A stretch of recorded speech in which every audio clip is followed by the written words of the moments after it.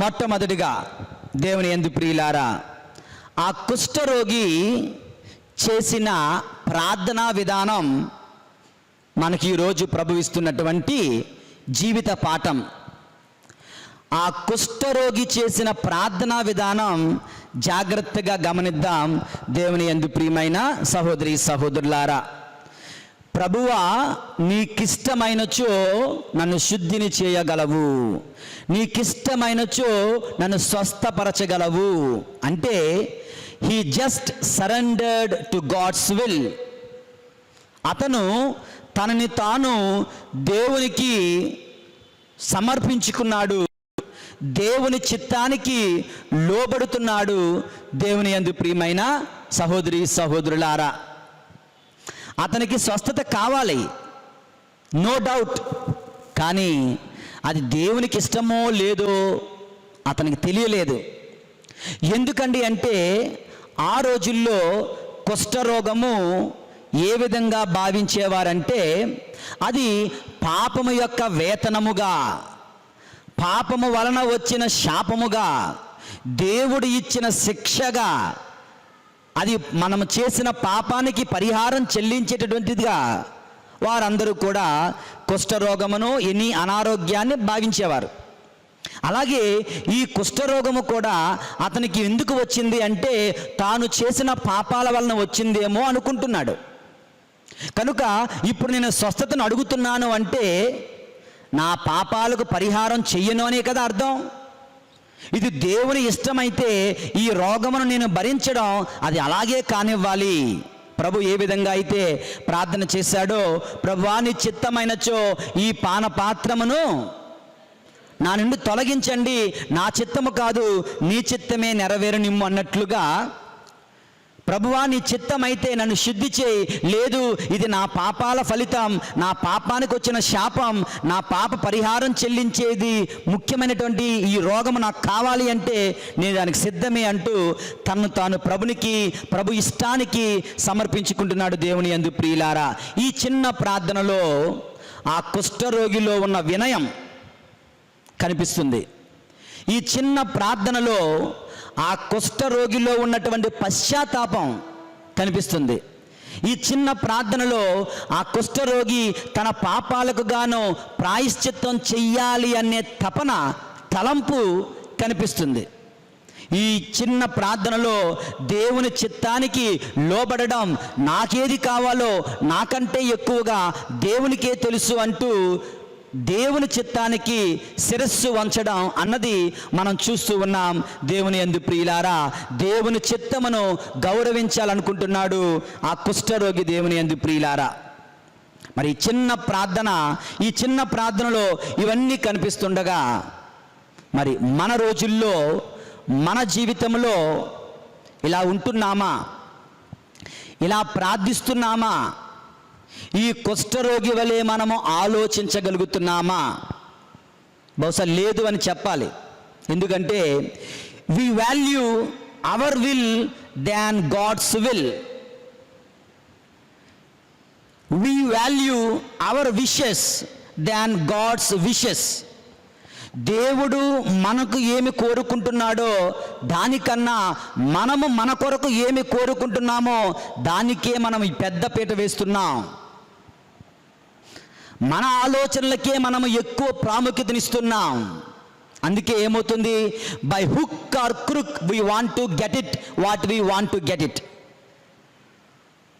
By hook or క్రుక్, ఎలాగైనా, ఏం జరిగినా, ఎవరు పోయినా, ఎవరు బాధపడినా, ఎవరు చచ్చిపోతున్నా, ఎవరు ఏడుస్తున్నా, ఎవరు బ్రతుకులు ఎలా కాలిపోతున్నా నాకు అనవసరం, నేను అనుకున్నది జరగాలంతే.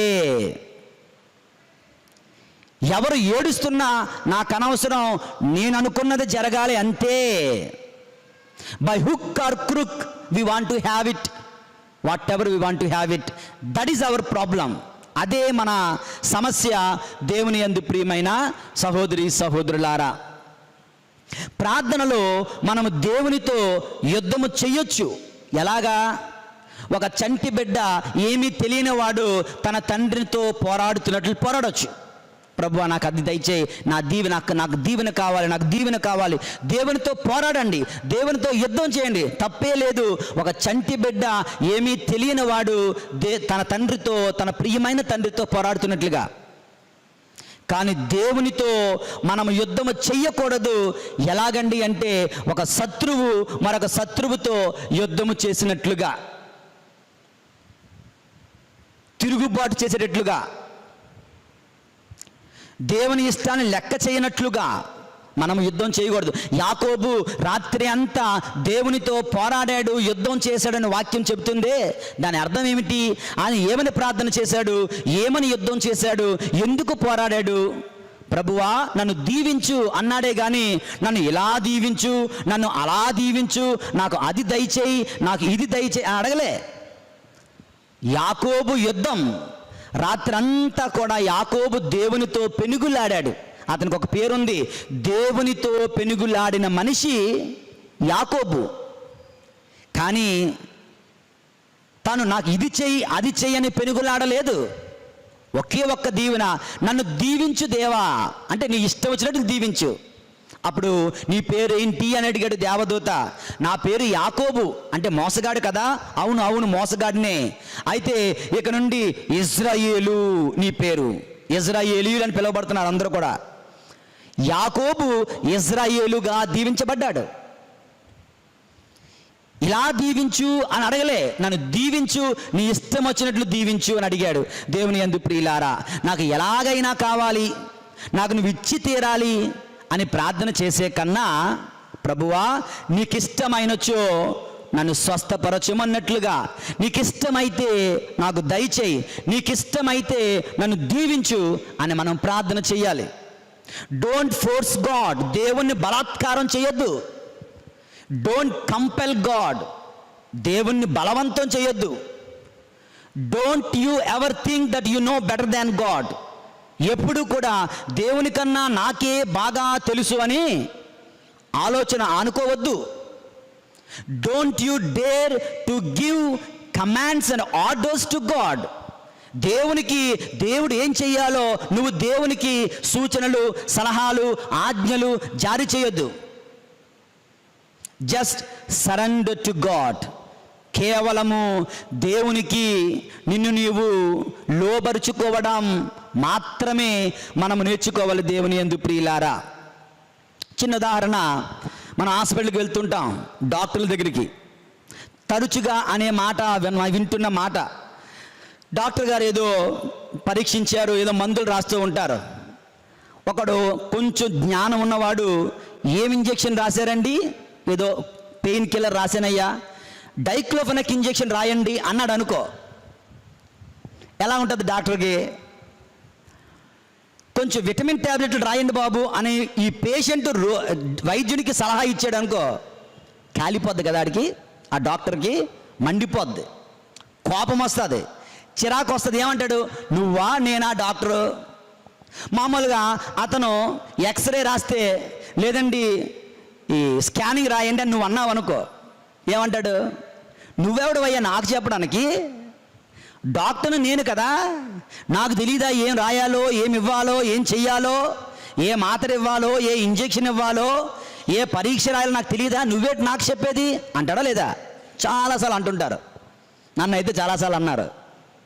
మనకు అత్యుత్సాహంతో ఆ మందు రాశారా, ఈ మందు రాశారా అంటే, నాకు తెలుసు చెప్పింది చేయండి పొండి అంటారు.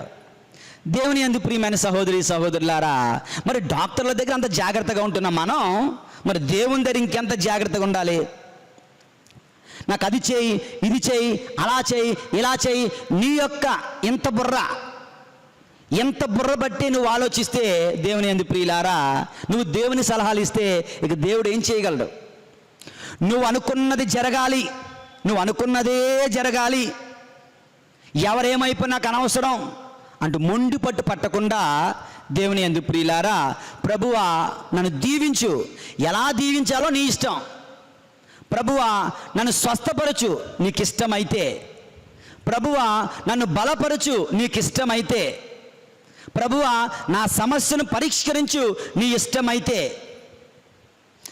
Less expectations, less disappointments. No expectations, no disappointments. దేవుని యందు ప్రియమైన సహోదరి సహోదరులారా, ఎలాగైనా జరగాలి అన్న మొండి పట్టితే ఎలాగైనా మీ గుండె పగులుద్ది, ఎలాగైనా మీరు బాధపడాల్సిన పరిస్థితి వస్తుంది. దేవుని యందు ప్రియమైన సహోదరి సహోదరులారా, ఒక భార్యను కోల్పోయినటువంటి భర్త, నా భార్యను ఎందుకు చంపేశావు, నా భార్య ఎందుకు చంపేశావు, దేవునికి సంబంధం లేదు. దేవుని యందు ప్రియులారా, దేవుడు అటువంటి పనులు చెయ్యడు. ప్రభా నీ చిత్తమైనచో నా భార్యను స్వస్థపరచమని ప్రార్థించు, నీ చిత్తమైనచో నా బిడ్డను స్వస్థపరచు అని ప్రార్థించు. అది ప్రభు చిత్తమైతే తప్పనిసరిగా అనారోగ్యంలో ఉన్న నీ భార్య తిరిగి వస్తుంది, కష్టంలో ఉన్న నీ బిడ్డని తిరిగి వస్తుంది. దేవుని యందు ప్రియమైన సహోదరి సహోదరులారా, దేవుని ప్రియ బిడ్డలారా, ఈ చిన్న అద్భుత గాథ, ఈ చిన్న అద్భుతము మనకు నేర్పిస్తున్న మొట్టమొదటి పాఠం కుష్ఠరోగి ప్రార్థనా విధానం. మనందరం అలవర్చుకోవాలి. ప్రభువా నీకు ఇష్టమైనచో నన్ను స్వస్థపరచుము అని ప్రార్థన చేసినట్లుగా మీ జీవితంలో ఎదురయ్యే ప్రతి కష్టములో కూడా, ప్రతి సమస్యలో కూడా, ప్రతి ఇబ్బందిలో కూడా, ప్రభువా నీ ఇష్ట ప్రకారమే నన్ను దీవించు, నీ ఇష్ట ప్రకారమే నన్ను నడిపించు, నీ ఇష్ట ప్రకారమే నన్ను బాగు చేయి, నీ ఇష్ట ప్రకారమే నన్ను లేవనెత్తు అని మనము ప్రార్థించాలి. దేవుని యందు ప్రియమైన సహోదరి సహోదరులారా,